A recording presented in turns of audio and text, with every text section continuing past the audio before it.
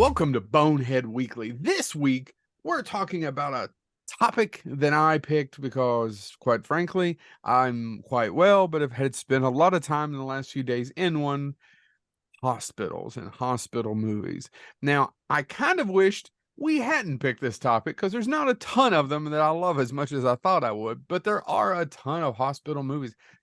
Man, And that's you imagine how many weeks we could spend just talking about hospital shows on TV? oh my god, yeah. And Oh, how they medical all are the shows? same. Yeah. How they all are the exact same thing. No, there's one that's different. Which one? What? Quincy. They're dead already. Yeah. That's the best one. He don't have to put back with none of that patient back talk. I liked House a lot. I I know it's I hard. know I liked House too, even though other than him, the plots and everything were just ridiculous. I was same hoping old- that it was always Lupus.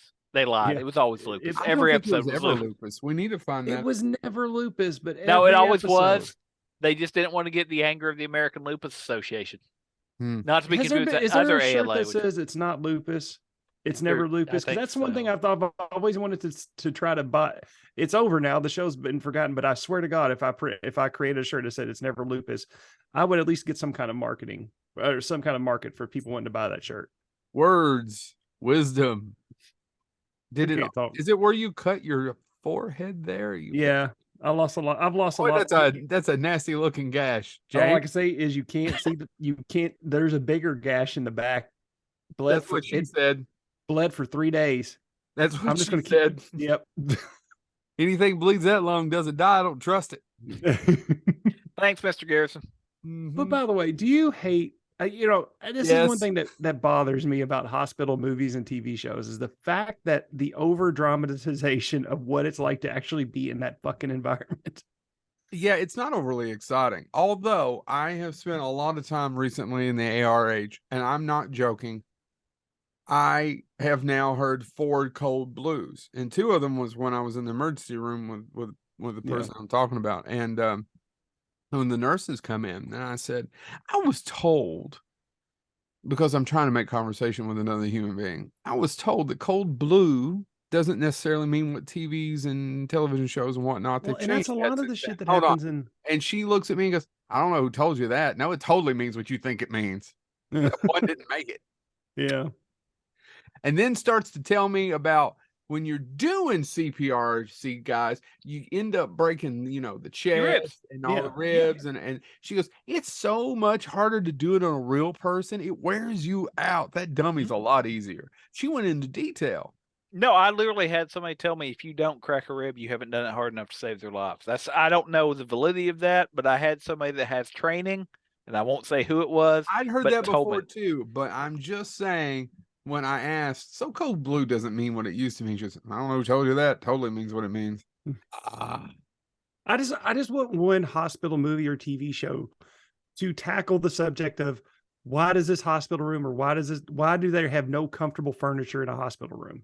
All the chairs and all the beds always suck. There's never anything comfortable about being in a hospital room. But every time you watch them on TV shows or movies, they might as well be at home laying in their beds or sitting on a giant sofa. Probably I'd agree with you. I'll tell you a reason why I'll argue with you after the show. Okay. By the way, though, I do have But to most say, of the time, Chad, you're right. The furniture just sucks. But in movies, it looks like it came right out of Lazy Boy. I never paid attention. That's one of the things that pisses me off about movies in college. Fred Decker is the only human being I know who got that right from the actual dorm room in. I thought he shot it on site, and then he assured me no, it's modeled straight. It looks just like his dorm room when he. Oh yeah, the whole large dorm room thing. That still pisses me off. Yeah.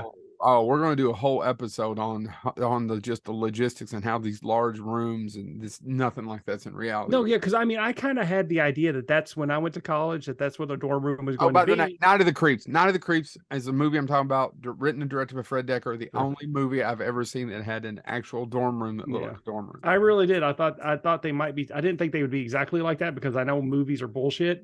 No, you didn't. But I What? thought, and I'm like, wait, this is a goddamn prison cell. Yeah. by the way, back to our topic of With hospital, I do liquor have and weed to say, and women. Mhm. I do have to say, I hate hospitals. I hate Oh, the I do too. aesthetic of hospitals. I hate the smell of a All hospital. three of us have that I in common. hate literally there's very few places because my entire thing is it works in my head. And usually when I'm in a hospital, I'm by myself. And I talk to myself, which is dumb because I'm stupid and I make myself angry. And so I sit there and I have things like, oh, they're like, we'll sit here until we call you back. And I sit there and I'm like, I wonder how many people have sat here and then died. Like they go back and they didn't make it. Like, what's the death count of the chair I'm sitting in right now? These are the conversations I have with myself as I sit there in just the waiting room. Like, how many people were like, oh, I'm waiting for my procedure, outpatient, whatever. And then it goes back. And then I'm like, I think they should, just out of fairness to people like me who have neurotic minds, they should have a death toll above each chair so you could know, how many spirits you're sitting on or whatever. But there's nothing about a hospital that I enjoy, even when there's nothing wrong. Like, they up my anxiety to a level that's completely and utterly unnecessary. I will say this: the one that we were close to in our town, the cafeteria has some pretty decent food. It's got Really? that going for it. I can get a really awesome sandwich in that cafeteria. At UK? Yeah. Well, UK actually you can order off of the thing, and I've been in the hospital in Hazard with a family member, and you can't do that. Like if you're actually at UK, they'll let you order from a menu. Yeah. Yeah, they don't do that at the ARH. So yeah. No, but yeah. Go ahead. No, I'm good. Oh, I insist. No, I forgot my point now. Well, no, Well, you didn't have one.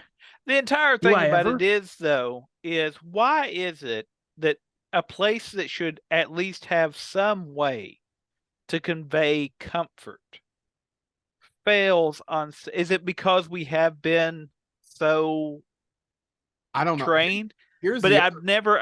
I was told once when I was really young by an EMT that, listen, if anything ever happens and you have to ride in the hospital or in an ambulance, as soon as you get in the ambulance, you'll calm down because it's such an effective environment. And even at like age 7, I was like, nope, no, that's invalid. There is nothing about this environment that makes me feel good. No, I was in one. I didn't feel good about it. So the other, and by the way, they're not cool. Neither of the three of us ever had any delusions of working in healthcare. None of the three of us never wanted to do that. We meet in our careers these people who want to be doctors and nurses and whatnot, and we always why. I never understand why. You're always dealing with people on their worst day. Yeah. And I guess you want to help people, but you can help people and it not smell like a hospital. Yeah, there's people that have argued that I've helped them. I don't know if I agree with them, but it's nobody on this call. No. I actually intentionally set out to make y'all's lives worse. Yeah. Well, you get Chad, you get a scorpion in the mail yet? If not, he's going to be awful mad. I was going to say, why do you think I'm so jumping now? It's in my pants. With my Social Security card. Yeah. No, I told you that's in the wallet with the 7 or 8 credit cards that I got with it.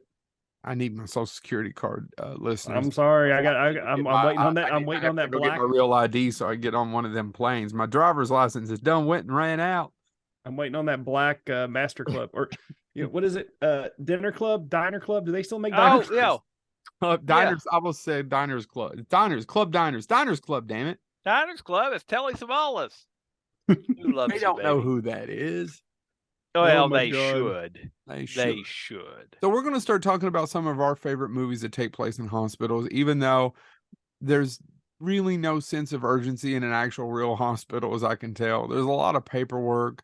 There's a lot going on. It's one of the few places you can't rest because when do they do the tests? At night. Because people aren't coming in during 3 a.m. to get your x-rays. That's when the hospital doesn't sleep. So that's when they do patients. You don't get to sleep. There's no rest. It sucks, right? Right. Well, James? No, there's just nothing like going back to y'all's point early that nothing's comfortable there. And the longest I've spent in the hospital, thankfully, now I've had family members that have died, and I've spent some time in the hospital. They're not still in the hospital, are they? Well, their spirits are. Ooh. I'm sure there's probably a toe or two. Yeah, they didn't. They didn't get it all. They moved their headstones, James, but they didn't He move, didn't move the the bodies. bodies. No, but the entire thing, like back to what you said earlier, about the comfort, like if there is any comfort in a hospital, it is aimed solely, and I would say limitedly, at the patient, right? Because I can tell you, having been there for the birth of my children, as a father, they could care less if you live or die, which they should, by the way. Their focus needs to be on the person having the child. I get that. But I do think it's funny where when my eldest was born, they said, "Oh, we'll put you in this room," and they got us in a room and all that stuff. And then they said, "Normally we have this chair that folds out into kind of not a real bed, but something you could lay flat on." And they said, "But this room doesn't have one." Yeah. And they said, "So just sit in the chair all night." So that's what I did. I sat in the chair all night. It was a good time.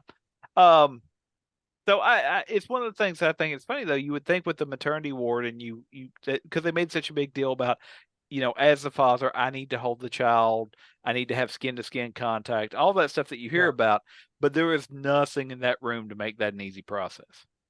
Mm-hmm.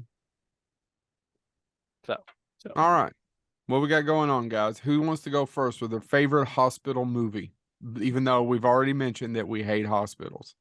Yeah. Oh man, I don't know if you could say any of the movies I'm picking on are favorites, but I love there's some. I'll go like the movie that made an impact on me that dealt with hospital life. It is one of my favorite movies about a hospital. It's Article 99. I really enjoyed this movie, and it has a long time, and I haven't either, and I'm afraid that it doesn't hold up. But man, it had an amazing cast. Ray Liotta, Kiefer Sutherland, Forrest Whitaker, Leah Thompson, John C. McGinley, John Mahoney, Keith David, Kathy Baker, Eli Wallach, Noble Willingham, Troy Evans. I could go on and on and on. I mean, it's that long of a list. It's just amazing actor after amazing actor. And what it is, it's about these doctors who are working at a veterans hospital and how they have nothing, like they do not have the supplies they need to take care of these people who fought for our country. Mm-hmm. And you see it from time and time again. The healthcare for soldiers and is not where it should be. It's these people, they come back and they don't have the tools needed to take care of them after everything they've been through. And this movie really tackles it. I mean, you have Ray Liotta, who's a seasoned veteran at the hospital, a doctor who's working with it, and then you have Kiefer Sutherland, who's like right out of college, and he's dealing with having to be put in this environment, and he's not used to the overall darkness of that environment. I just love this movie. I haven't seen it in years, but it was one of those movies that was a frequent watch for me. So Article 99, I had to start my list off with that one.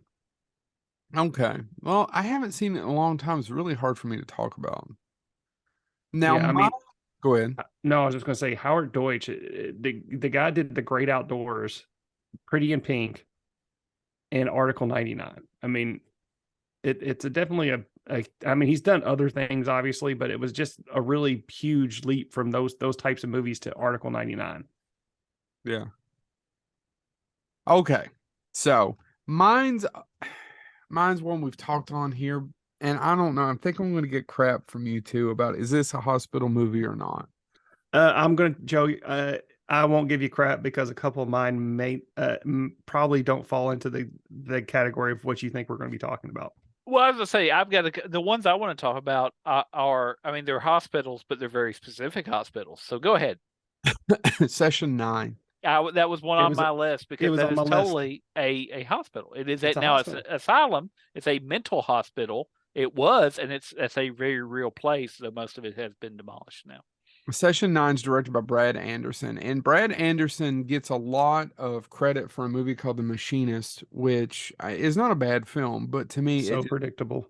So it's very predictable and pales in comparison to the movie he made before called Session 9. Yeah. It stars David Caruso, Paul Guilfoyle, Stephen, I can't say the last name, Stephen Gevenden, Josh Lucas. But and Peter Mullen, who is But a fantastic character actor, and if you don't know him, look him up. And Larry Fessenden, I forgot he was in it. Real quick. So basically, what it is there's this old mental hospital, and it's being basically demolished, and it has asbestos in it. And they've hired, excuse me, a crew to go in when they are cleaning out the asbestos. And the guy who runs the crew, who was played by Peter Mullen, is a little overextended, needs to get this job. Kind of makes he says it should take 2 or 3 weeks, and they make a bid for 1 week, right, guys, right?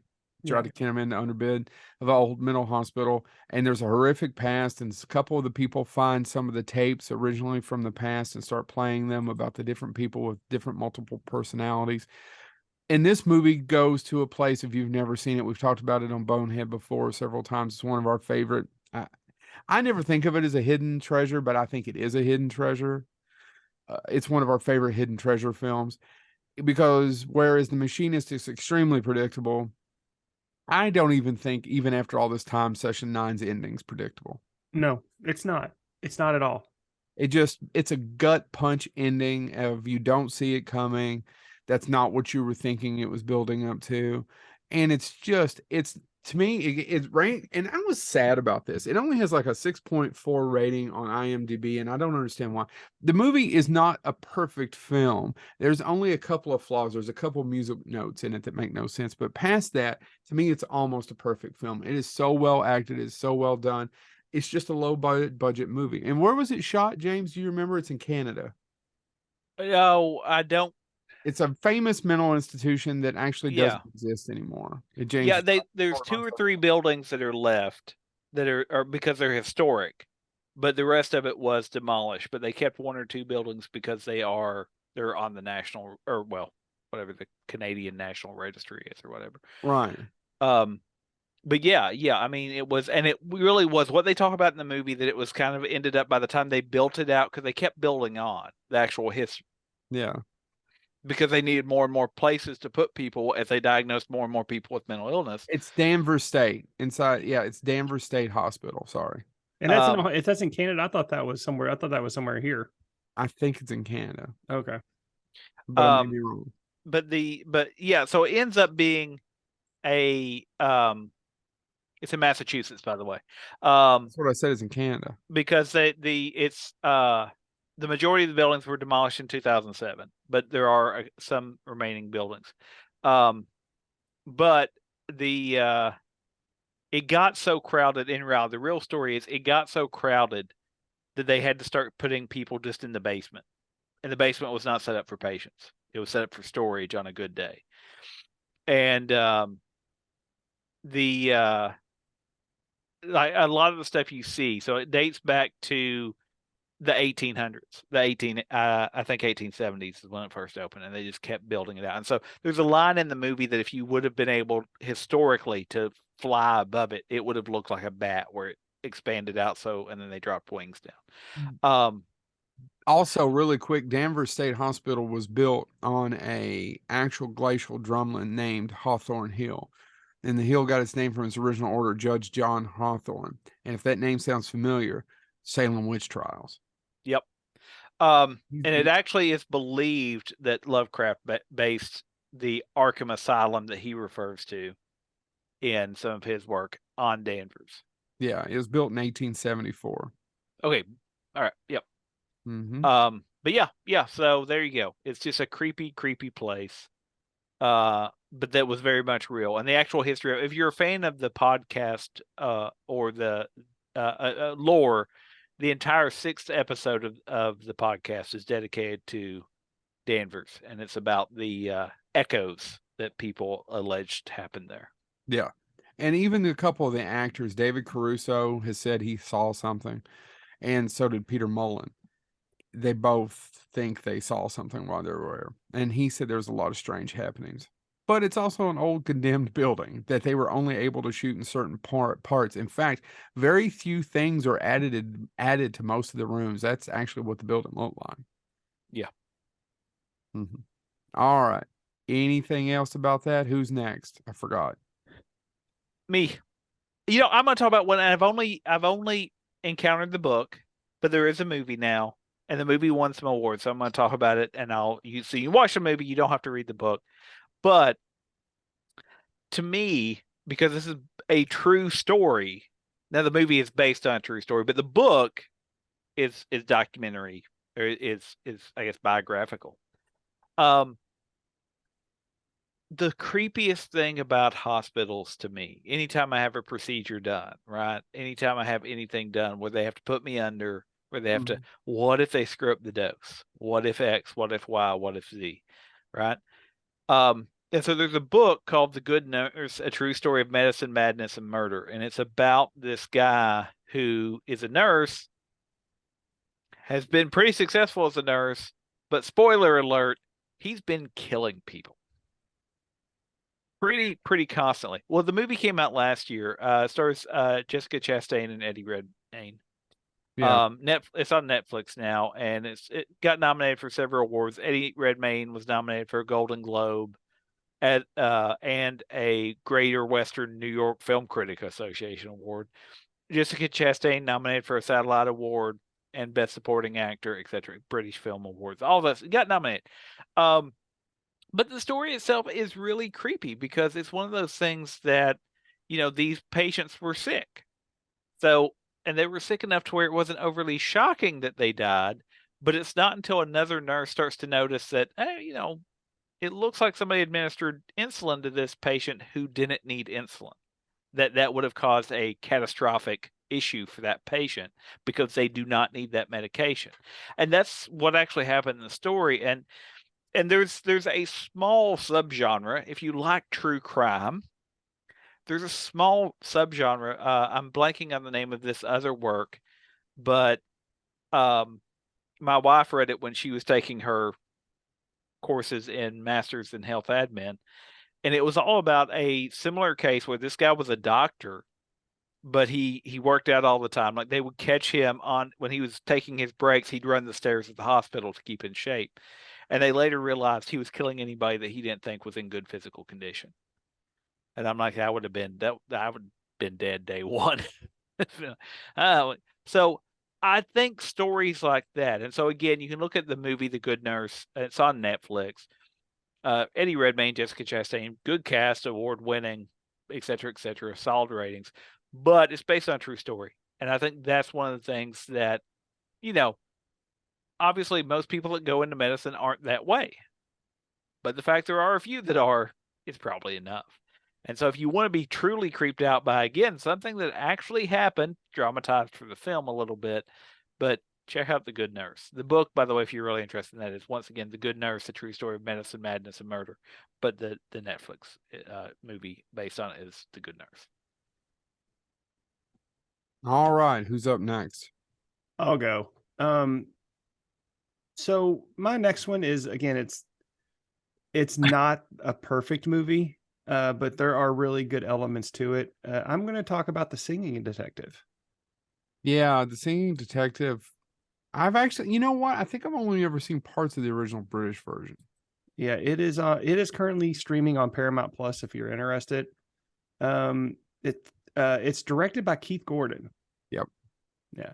And if you don't know who Keith Gordon is, he was actually the main actor in Christine, but he's had a pretty successful directing career. For the longest time. He directed a lot of episodes of Dexter, and various other things.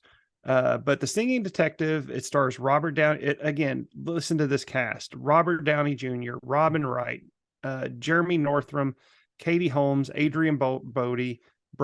Of course, any movie with Carla Gugino, I will watch over and over again.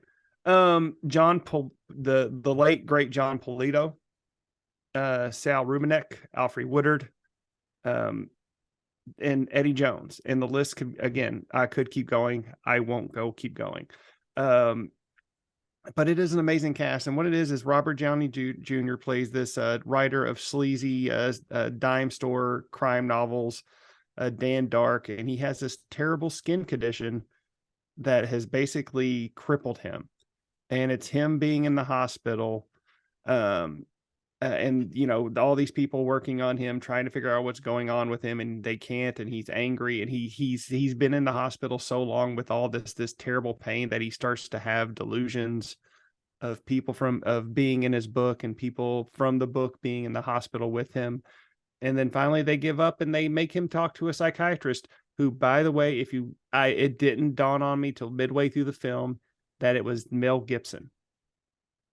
He does not look like Mel Gibson in this Really? movie. Yeah, he's bald. No, I know he does. I've seen it, but I was just oh. I did not realize it was Mel Gibson until what made me say, "Oh shit, that's Mel Gibson," is I looked at his eyes and the gruffness of his voice and said, "That is Mel Gibson." I did not realize it until midway through, because it doesn't start out with I think it did. I just didn't pay attention to it. It has a list of all the people in the movie, and I just didn't read it. So, but yeah, I mean, it's just Robert Downey Jr. again. It's just one of those things. He carries the movie. He does. His performance is astounding.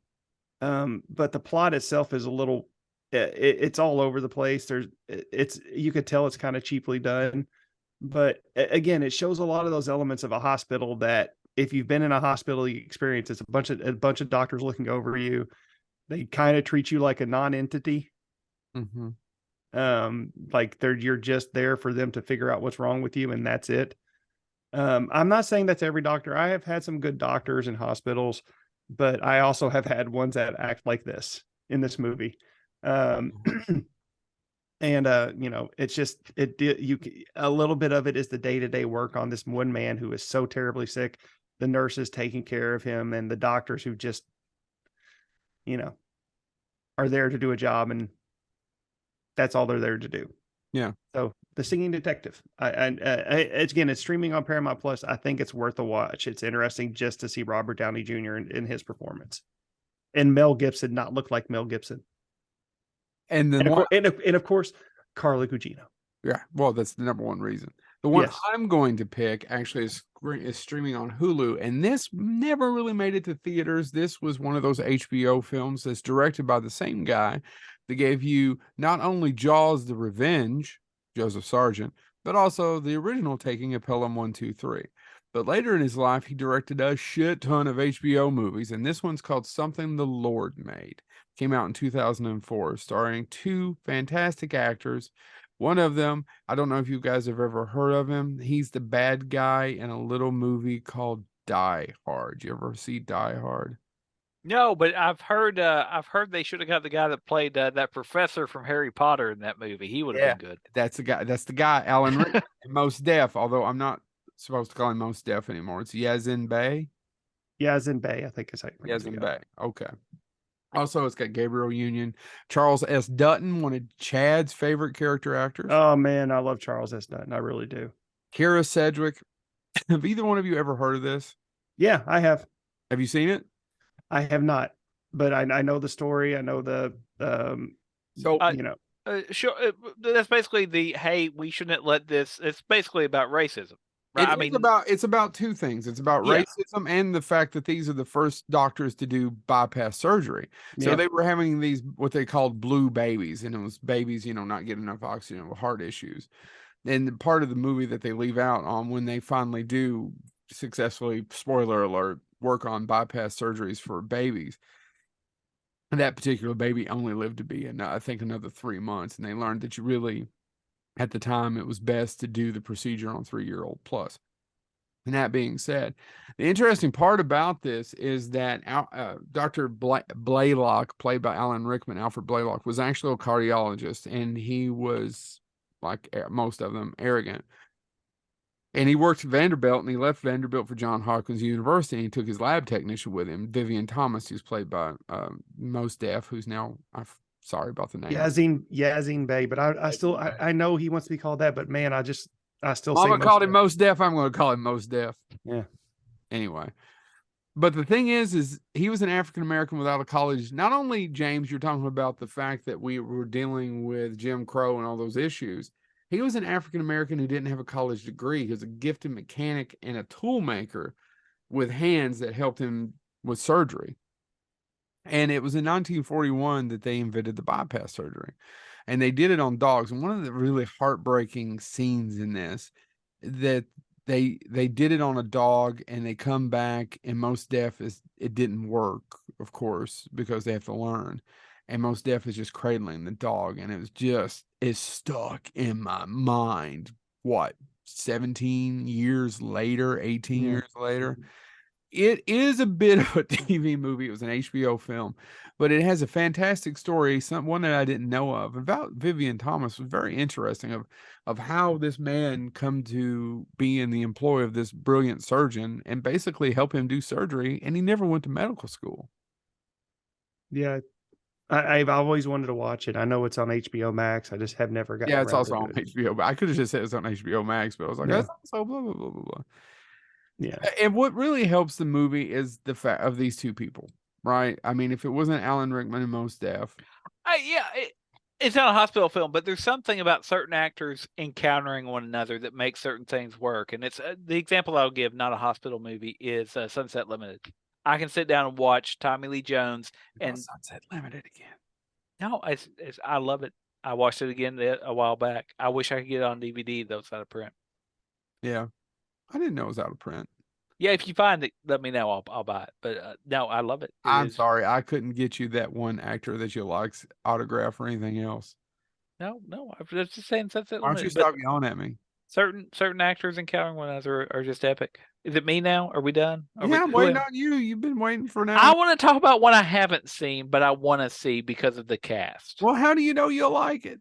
I don't know I'll like it. You I don't want know to that see you'd it. like it till you But- tried it, and you reckon you wouldn't try it because you reckon you wouldn't like it. Yes, exactly. No, I like to go back and find. Joe, you talked about this, the obscure movies that sometimes every Blue Moon, AMC, or somebody Turner Yeah. Classic Movies will show at 3 a.m. in the morning. Yeah. And that's how I got to see originally In God We Trust with Mm-hmm.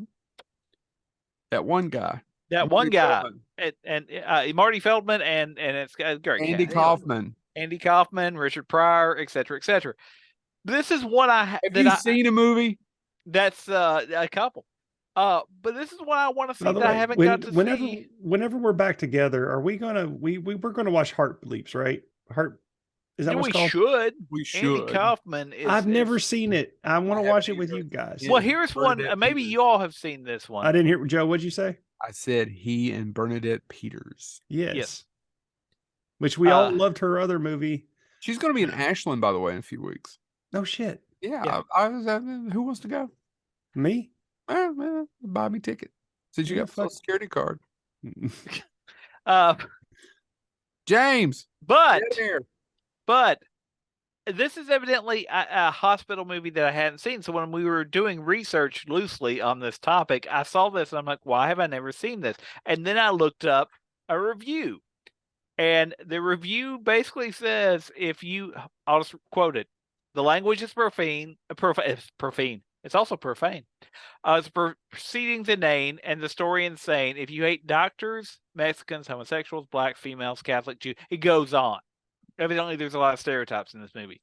But I read that review and then I flipped over and I'm like, is it really that bad? And I read this review that says, in this classic hospital farce, a greedy, crooked hospital administrator who has perfected the art of bill padding, unnecessary surgery, and kickbacks is so mistrusted by patients and resented by other staff, his assistant Alice can no longer endure his scams and plots to have him sent to prison. Peter Sellers is Albert T. Hopfnagel in Where Does It Hurt? It stars him, Pat Morita, which we all know every movie Pat Morita's in is a classic, as Chad showed us a little while back. All I can say is you forgot to mention Bernadette Peters is also in Slapstick of Another Kind, because I was going to mention it. Pat Morita, Harold Gould, Rick Lenz, Joanne Flug, anyway, and Peter Sellers came out in 1972, also based on a novel, but it's all about corrupt hospital administrators, and it's a parody of all they can get away with. I've never seen it though, and usually Peter Sellers is watchable. I don't love everything he did. Some of it's not great, but he's watchable. But I'd never heard of Where Does It Hurt? And by the way, it's not streaming anywhere I can find. That should be on YouTube somewhere. maybe I didn't check YouTube. I try to. I'd like to.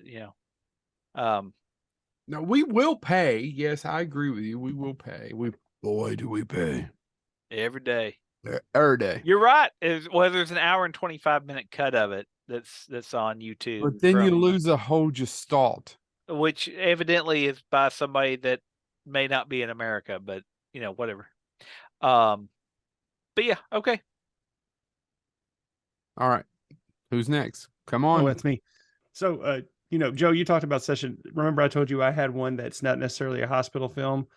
This is mine. And I think this is one that neither one of you have seen. And I'm sorry if I got this wrong. And I'm still amazed that neither one of you have seen this as James walks away.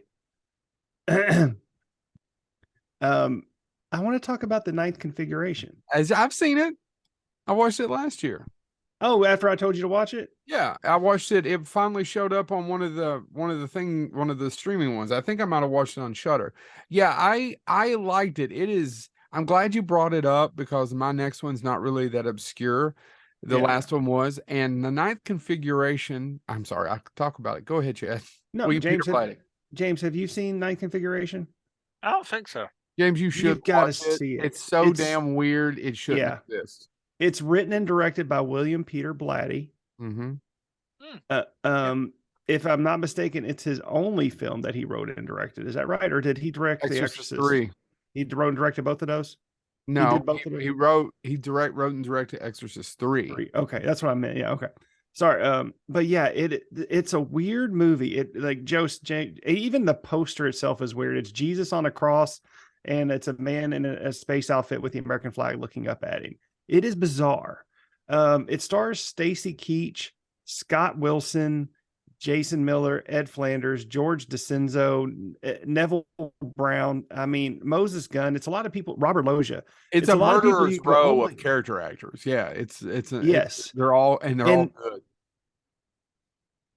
It basically it's this: a Marine arrives at a mental asylum hospital in a castle, in a very strange castle for some reason, and his version of taking care of these people is to let them act however they want to, and it will eventually make them sane.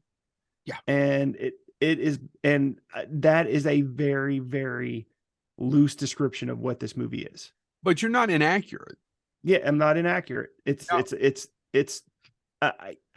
just it's one of those you have to see in order to just get the full experience of it and not know it going in. And I recommended it for years.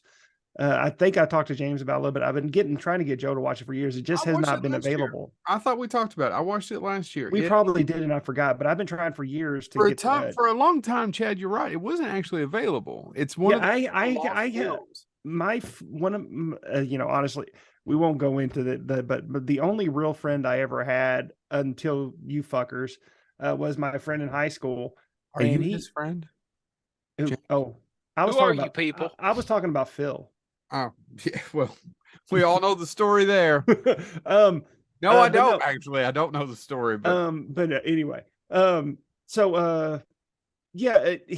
He would always introduce me to these weird movies, and he gave me a really bad VHS copy of the Ninth Configuration that he got from a bootleg rental store in a local town. And I watched it, and I was just amazed at how weird this movie was. And then after that, I could not find it for years. I actually forgot the title. And until the internet, I could not figure out what the movie was called. And luckily I remembered it. And then finally, when streaming services became popular, it started popping up. And I revisited it. And yeah, it is still, it's just a weird movie in the fact it's so beautifully done. And it's dealing with all these people in this mental hospital. Also, too, I got to mention Richard Lynch is in it, too. In a weird performance. Again, I just cannot pronounce. James, if we ever get together and it's available, we will watch it with you. Just it's to see on something. I can't remember. Yeah, it's been, if anything, it's on Tubi. It might be. It actually was on for a while. It was on Shudder, and it shouldn't be. It's not a horror film. It was missold as a horror film. Yeah, no, it's not. It's a drama. Because one of the roles, Chad, I don't know if you know this or not, That's actually the astronaut. One of the astronaut that's in there. Yeah, That's Scott the Wilson. Yeah, but that's the same astronaut that Reagan says you're going to die up there in The Exorcist. That's the continuation of his story. Oh no shit. Yeah, that's the reason William Peter Blatty wrote the next thing, and it's not. People were wanting a sequel to The Exorcist, which he eventually did, called Legion, the book Legion. And Legion, if you don't know what that is, that's Exorcist 3. Exorcist 3, which William Peter Blatty did write and direct, is based on his novel Legion, which was the sequel. And it's a pretty damn close sequel to the book. I mean, it's pretty close adaptation. Well, yeah. Changes a little bit, but not a lot. Well, in the Ninth Configuration, it's from a novel by William Peter Blatty called Twinkle Twinkle Yeah. Twinkle Killer Kane. Yeah. And it just, I need to read the book. I've never read the book. I really do too, to see if it's as batshit crazy as the movie. It is just batshit crazy. And Jason Miller is fantastic in that. Jason Miller is Jason Patrick's dad. I don't even think most people know that. I honestly did not know that. Yeah. But now you look at him and I'm like, holy shit. Yeah. I watched an interview with Jason Patrick and Keanu Reeves. Not Keanu Reeves. Shit. Who's the other bat? Damn it. Why can't I think of Donald Sutherland's son? Kiefer? Kiefer. Would it help if I started doing my impersonation of him from Dark City? No, because I've listened to it since Dark City came out. I also forgot to mention Tom Atkins is in this as well. Yeah, they're all in it, and there's some. It's just they're all batshit crazy. Yeah. So is Stacy Keach, who plays the guy. Oh, yeah. They're all batshit crazy. Yeah. I actually. It's so weird and so odd, but it's so compelling because the acting is so great that it's a movie. There's a movie called Shutter Island that is not necessarily the same plot, but kind of weird in the. I prefer the Ninth Configuration. I prefer the Ninth Configuration. The Shutter Island is so damn predictable. Yeah. No, everything, and Ninth Configuration. Yeah, no, you don't see anything coming on that one. Just because it's so jacked up. It's all right. Mine is going to be a little bit more on the nose. I don't mean for it to be so much on the nose, but a little bit of the history. Once again, A Murderer's Row of character actors, and this went on to win Best Picture. It's based on a novel by Ken Kesey, I think. Kesey. Jack Nicholson and One Flew Over the Cuckoo's Nest. Once again, the three of us have done a lot of talking about mental health institutions, which we've not spent a lot of time in, more than we have kind of just basic hospitals. Why? Have you guys started to analyze that? I'm willing to talk about on air. Oh, well, anyway. When was the last time you guys watched One That Flew Over the Cuckoo's Nest? A few years ago. And? I mean, dude, I still love it. I mean, yeah. I watched that and Amadeus, and as a young man, Amadeus was my favorite Milos Forman film. Yeah, I feel like One Flew Over the Cuckoo's Nest. You know what my favorite Milos Forman film is? I think The People versus Larry Flint. Larry Flint, yeah. Pretty damn. Man on the Moon. No, I always think The Man on the Moon has a fantastic cast, great acting, but it looks like a TV movie. It's something about it's not cinematic. I don't know. Yeah, I agree. But no, One Flew Over the Cuckoo's Nest, man, I love it. And by God, Louise Fletcher, I'm sure she's the nicest lady you'll ever be with, but God, I hate her. And she won a Best Actor for Miss Ratched. In all fairness, though, she is probably one of those people that it's almost like Christopher Walken, right? They play bad so well. Yeah. Because the other role that she's majorly known for is Star Trek Deep Space Nine. Yeah. And her character arc there. I'm sorry, guys. Like One Flew Over the Cuckoo's Nest, Deep Space Nine, and Flowers in the Attic made me hate this woman. Oh, yeah. Like, honestly. She is so vile. Her Star Trek line, anytime she says "my child" on Deep Space Nine, that's basically her calling you every name in the book. Yes. But Louise Fletcher is so good in that too. Yes, one of the best villains in that show. Of course, we've said it on here before. Deep Space Nine is my favorite Star Trek. Same here. Series. Do you know what, Chad? I'm going back and forth, man. Damn, I love The People versus Larry Flint. No, dude, man, it's my favorite Milos Forman film. I just love it. God, because it's almost the same plot as Ed Wood. It's written by the same people who gave us Ed Wood. Yep. Larry Kuzinski. I can't say his name in the other one. Oh, Anyway, I real quick back on Louise Fletcher. Uh, other than Russell Crowe, damn, she's a bitch in Virtuosity, and I love her. I haven't watched Virtuosity. Oh, I was talking about Virtuosity with somebody the other day just because I love that line. I love the line. Are you upset because I'm carrying around the joy of killing your family inside me? That's a great line. Oh God, Russell Crowe and Louise Fletcher are awesome in that movie, but it's such a bad movie. Nobody remembers that movie. I've got it on DVD. I'm sure you do. But anyway, One Flew Over Cuckoo's Nest. I want to give you a little bit of the backstory. For a long time, it's actually produced by Michael Douglas. Yeah. And Michael Douglas wasn't in the movie, but his dad, Kirk Douglas, had wanted to do the book for years and wanted to play MacReady, right? And then by the time You mean Murphy? That's what I said, Murphy. And by the time he got, sorry, I'm thinking of The Thing, which is the best hospital movie ever made.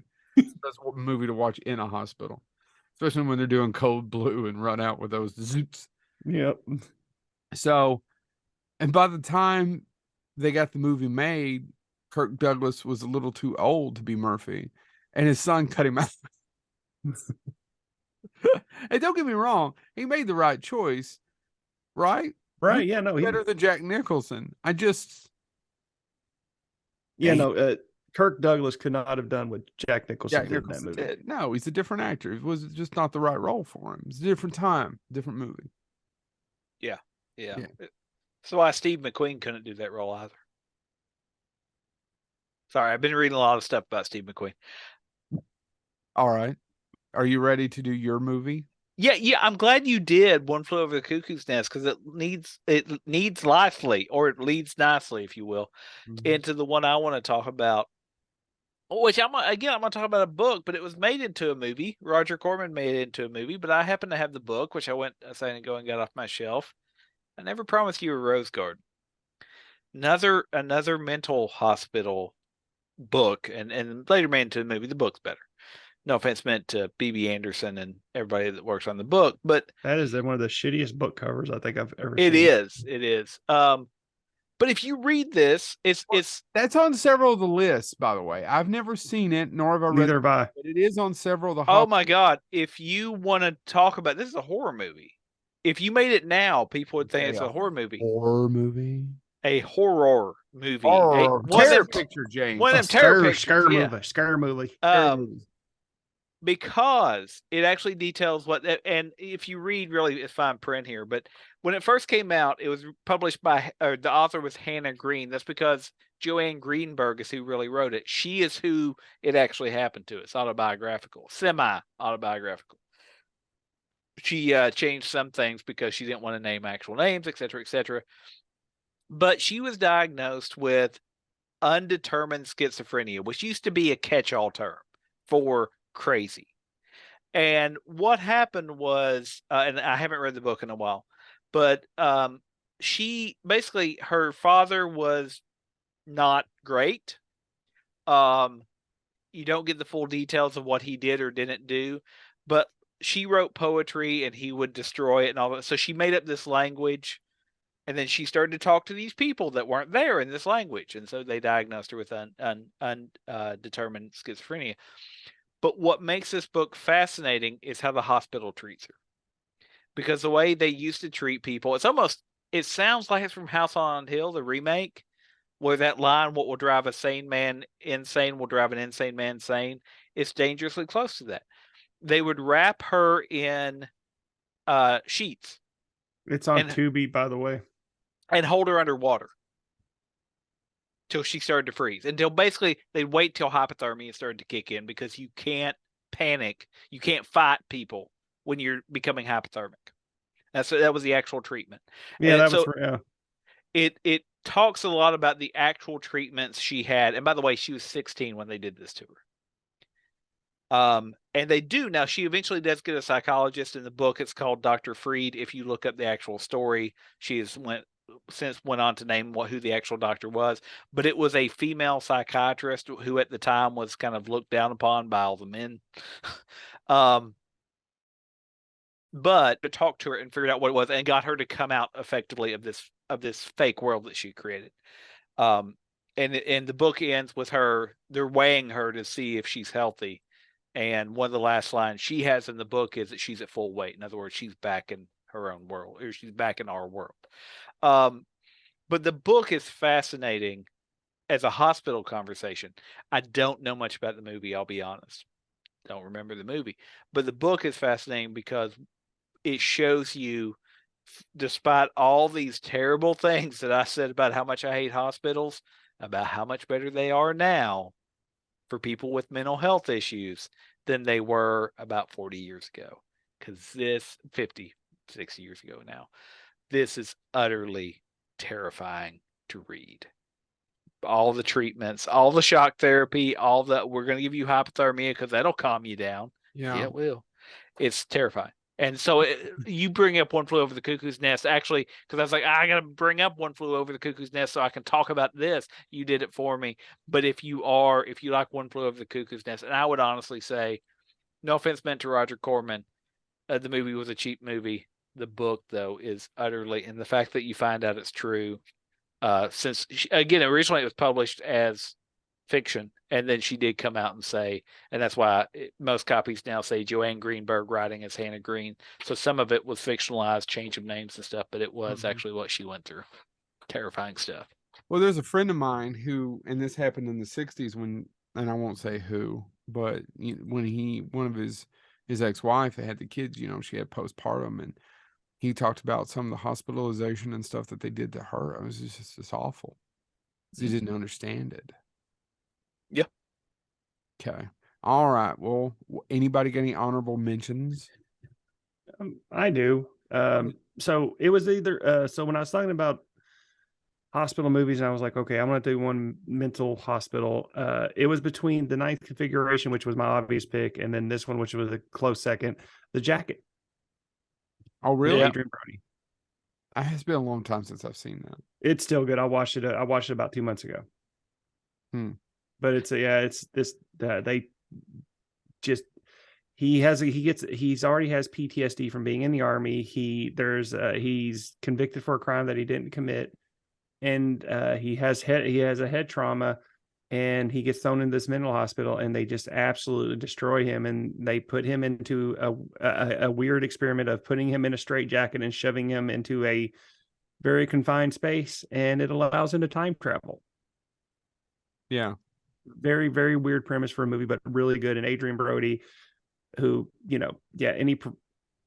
he's a great actor who I don't think gets the credit that he does just because he's made some really bad decisions. So yeah, Adrian Brody, The Jacket, that's my honorable mention. I've got one honorable mention, not a movie, television show, but I'm going to bring it up because it's sitting at 7.4, pretty good rating for a TV show, out of 10 on IMDb. And to put that in perspective, that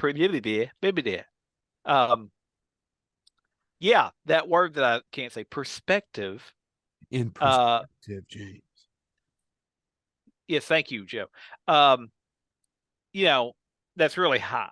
I mean, that's for a show as far as general view, that's pretty high. This show only lasted one season.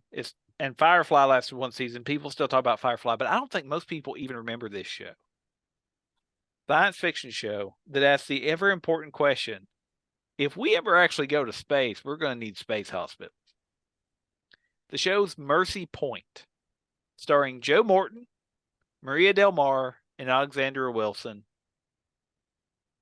Quick summary: across the Saharan divide from the 23rd century, Earth is the Jericho colony, and its port of entry hospital space station is Mercy Point. Staffed by human, alien, and artificial medical personnel, Mercy Point provides desperately needed health care for the colony and any ship that passes through the system.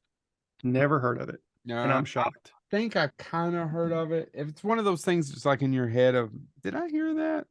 Well, and what's funny is, a couple years ago, maybe more than a couple now because I'm getting old, but Disney did a kids show about superhero doctors, and it was like some of their teen actors were supposed to be the doctors that had to take care of, and it lasted a season or two. My kids watched a couple episodes, but when that came out, I was like, well, there's this other show, and it's a space station hospital, and I couldn't remember the name of it.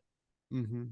And it was Mercy Point, and I only remember vaguely an episode or two of this show, but doing this topic made me go back and actually say, I've got to find that show because I've got to mention it, because I do think it's fascinating that, you know, whatever your topic is, whatever your timeline, like maybe, gentlemen, we need to sit down and write the first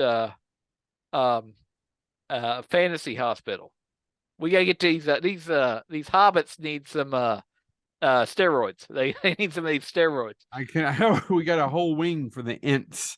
Yeah, human growth hormones for these hobbitses. Bilbo, you gotta lay off the second breakfast. You're gonna have a heart attack. Anyway, that's not been done yet. But otherwise, every other type of hospital, superhero hospital, sci-fi hospital, it's all been done. And so if any of our listeners steal my fantasy hospital idea, that's fine. I want a quarter of whatever you get. Not much. I don't want to write it because I'm not smart enough. But you just give me my percentage, and I'll keep my mouth shut. All right. Well, shut up and chew my gum. Throwback to when we weren't on the TV show. This has been Bonehead Weekly. Thank you so much for talking about hospitals. If you have anything to add, shut the hell up. Horse pistols.